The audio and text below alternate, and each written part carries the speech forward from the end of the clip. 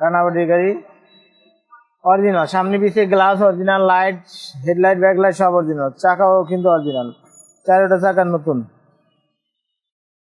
একদম ফ্রেশ। সিলিংটা দেখান, সিলিংটা অত্যাধিক ফ্রেশ। এই সিটটা দেখেন,